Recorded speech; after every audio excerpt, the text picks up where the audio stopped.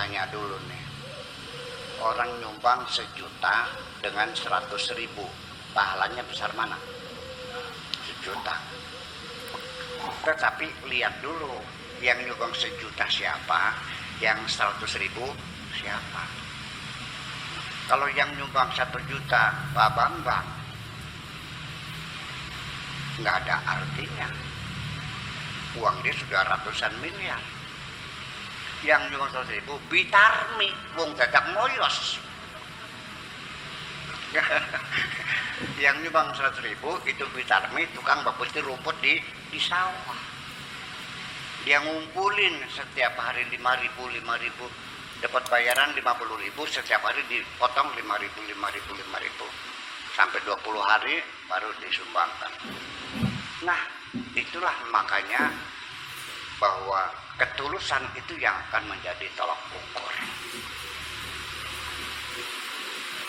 Kalau ada orang nyumbang 100 juta, hebat enggak? Tapi yang nyumbang raja hutan yang punya HGU di hutan 1 juta hektar, besar nggak pahalanya? Kecil. Sekalipun 100 juta, mobilnya tetap Mercy, AC-nya angker adem, rumahnya hanya pakai AC, tiap hari makan sate, tidak mengurangi kenikmatan dia. Tapi Bitarmi yang nyumbang 100 juta, setiap hari beli ikan aslinya 1, dipotong 2 supaya bisa nyumbang. Ya, esok pangan endase, sore mangan butut teh. Ya, dengan perlawanan macam itu satu perhatikan. Nah, dari situlah nanti mesti diwaspadai bahwa semakin besar rezeki kita, sedekah kita mesti semakin besar. Betul enggak? Rezekinya berkurang, ya sedekah kita dikurangi. Rezeki nambah lagi, ya ditambah lagi. Sekarang andaikan orang itu rezekinya sehari 100.000, dia sisakan 10% dari 100.000 berapa? 10.000 sedekah buat madrasah. Oke? Rezeki dia naik 1 juta, berapa dia nyumbang? 100, makin berat. Matanya menutup 1.000. Ya kan begitu. Kalau rezeki dia 100 juta, berapa dia nyumbang?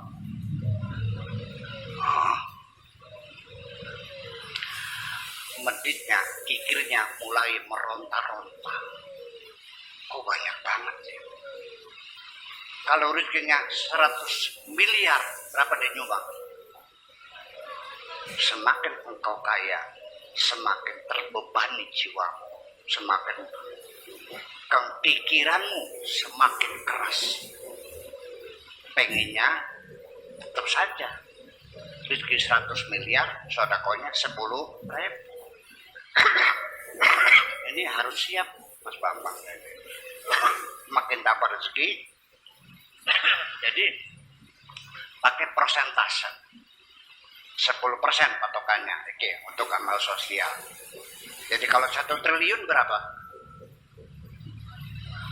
1 triliun itu berapa sih? 1.000 miliar. Jadi berapa? 100 miliar. Sanggup enggak orang nyumbang 100 miliar? Akhir-akhir mampu angger bae sing loman ku wong melarat. Iya. Jadi kalau orang miskin dermal menyumbang itu berarti luar biasa. Ya, saya mau cerita. Ini saya lagi bikin musola di Blok Bojong, Bangka 2 di sana. Ada tanah di samping kebun jeruk saya tuh, ada tanah. Kita incer-incer bikin musola. Karena di situ belum ada musola, mungkin belum pada sholat orang itu. Oke, di samping saya usaha bikin kebun jeruk juga kepengen ngajak mereka juga sholat juga. Yang punya ini namanya Maryam,